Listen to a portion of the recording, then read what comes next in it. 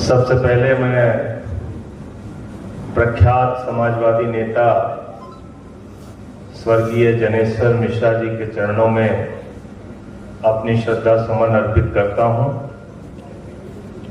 मंच पर आसीन हम सबके राज्यसभा में अभिभावक आदरणीय श्री राम गोपाल यादव जी, देश के पूर्व केंद्रीय मंत्री आदरणीय मुख्तार अब्बास नकवी साहब, हमारे बिल्कुल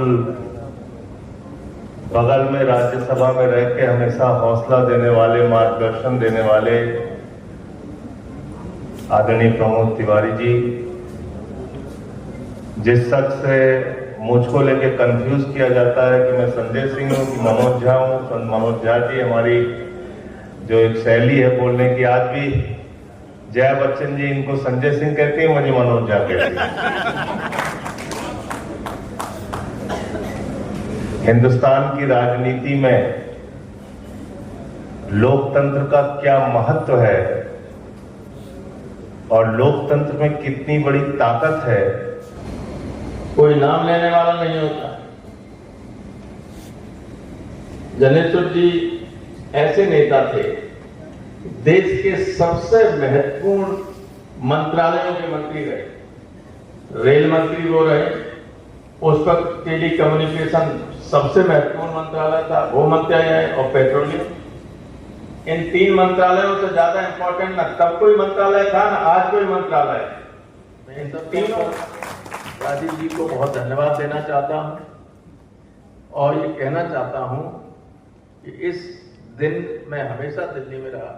जनेश्वर जी के कार्यक्रम में पहले 8 राजेंद्र प्रसाद रोड का होता था, शास्त्री भवन के सामने, और इतने मजेदार थे जब वैसे बैठे होते थे। एक दिन मैंने कहा झोपड़ा आपने बनवा लिया, झोपड़ी बहुत बढ़िया, तो बैठते थे नहीं। पूरे शास्त्री भवन में जो नौकरी करती है महिलाएं, बड़ी बड़ी अफसर, यहाँ आके पराठे खाती है अपने, और मगर आपका अम्रपाली का पेट था, तो तमाम आम थे वो कहाँ चले गए कि वो रोज एक एक अमियाँ तोड़ के अपना ऑफिस खा के चली जाती। तो हम जब आते हैं तो आप एक काम नहीं तोड़ने देते हो। बोले वो रोटी खाती हैं, पराठे खाती हैं, तो उसके साथ उनका चटनी का स्वाद बन जाता है। देखिए, आदरणीय जनेश्वर मिश्रा जी इतनी देश की महान शख्सियत थी कि आज उनकी जयंती पर यहाँ तमाम दलों के सांसद इकट्ठे हुए हैं और उनको अपने श्रद्धा सुमन अर्पित किए हैं। जो उन्होंने शोषितों, वंचितों, गरीबों, मजलूमों के लिए एक साथ लाने का और उनको आगे बढ़ाने का, समतामूलक समाज समानता के साथ कैसे देश के अंदर स्थापित हो, उस पर काम किया है। उन्हीं को याद करते हुए आज श्रद्धेय आदरणीय जनेश मिश्र जी को अपने सभी ने श्रद्धा सुमन अर्पित किए हैं। उनमें खासतौर से समाजवादी पार्टी के प्रोफेसर राम गोपाल यादव जी, जो पार्टी के राष्ट्रीय महासचिव है और आदरणीय राज्यसभा सांसद हैं, उन्होंने अपने भाषण में उनके जीवन के अहम मूल्यों पर चर्चा करते हुए कहा कि जनेश मिश्रा जी ऐसी शख्सियत थे जो इलाहाबाद यूनिवर्सिटी में किसी ने प्रोफेसर साहब को कहा कि उनका सर काट के रख देंगे अगर वो सभा में जाएंगे, लेकिन श्रद्धेय आदरणीय जनेश्वर मिश्रा जी उस प्रोफेसर को लेके उन ठाकुर साहब के घर पहुंच गए और कहा कि देखिए ये है, आप सर इनका गंगा में बहा दीजिए काट के। ऐसे महान शख्सियत जो बगैर किसी से डरे हुए एक ऐसे नीडर वक्ता थे जो संसद के अंदर समानता और समतामूलक के मूल्यों पर काम करते थे।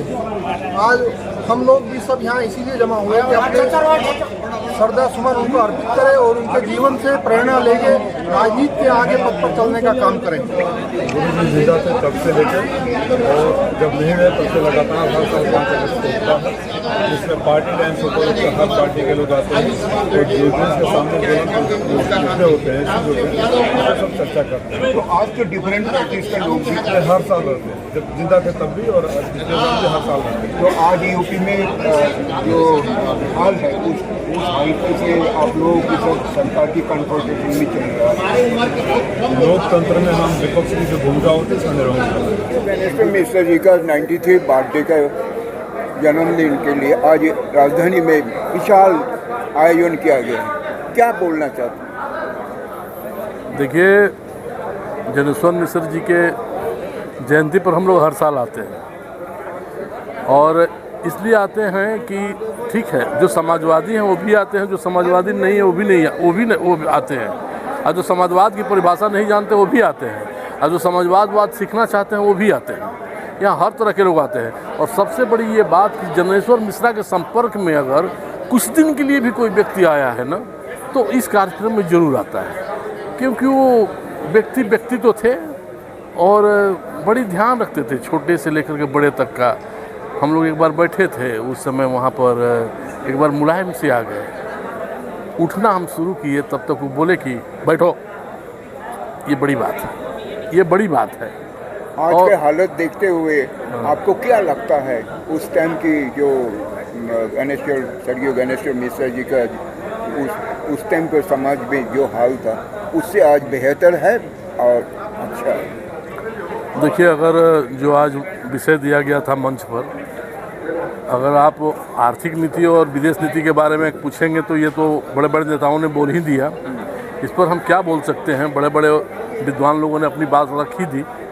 लेकिन इतना हम जरूर महसूस करते हैं कि उस समय कम से कम हम लोग घुटन महसूस नहीं करते थे।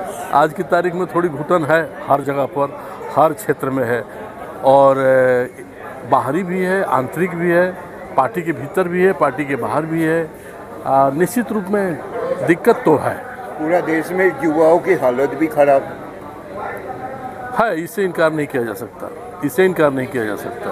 तो सरकार की तरफ से कुछ ऐसा कोई मतलब कदम उठाया जाए जिसको आप बोल सकते हैं हाँ ठीक कदम है? देखिए, युवाओं को रोजगार देने के लिए उनके पास एकमात्र उपाय है स्किलिंग को डेवलप करें, और ये जो है ना, स्किल को जितना डेवलप करेंगे उतना ही रोजगार मिलेगा, और इनके पास कुछ है भी नहीं। स्किल एकमात्र ऐसा चीज़ है जो कि उद्यमिता का विकास अगर करते हैं तो पूरा देश भर में लोगों को स्किल करें, सिखाएं और उनको रोजगार स्वयं उपलब्ध कराने के लिए उत्साहित करें, प्रोत्साहित करें, और उनको धन दें या ट्रेनिंग दें, इस तरह की बात। और कोई रास्ता इनके पास नहीं है, कोई there is no any way. तो इस गवर्नमेंट को इस बात को समझना चाहिए, और मैं जहाँ तक समझता हूँ यह गवर्नमेंट बखूबी समझ रही है कि उनके पास इसके अलावा और कोई रास्ता है नहीं। आप अपना इंट्रोडक्शन। मेरा नाम निर्मल सिंह है और मैं वीर कुंवर सिंह फाउंडेशन का अध्यक्ष हूँ। 29 साल से वीर कुंवर सिंह का विजयोत्सव इसी कॉन्स्टिट्यूशन क्लब में और मावलंकर हॉल में, राजेंद्र भवन में, और 2012 में राष्ट्रपति भवन में भी मनाया मैंने। और 29 साल से उनके द्वारा कुंवर सिंह के साथ 1857 के सभी स्वतंत्रता संग्राम सेनानियों को हम नमन करते हैं, प्रणाम करते हैं। धन्यवाद।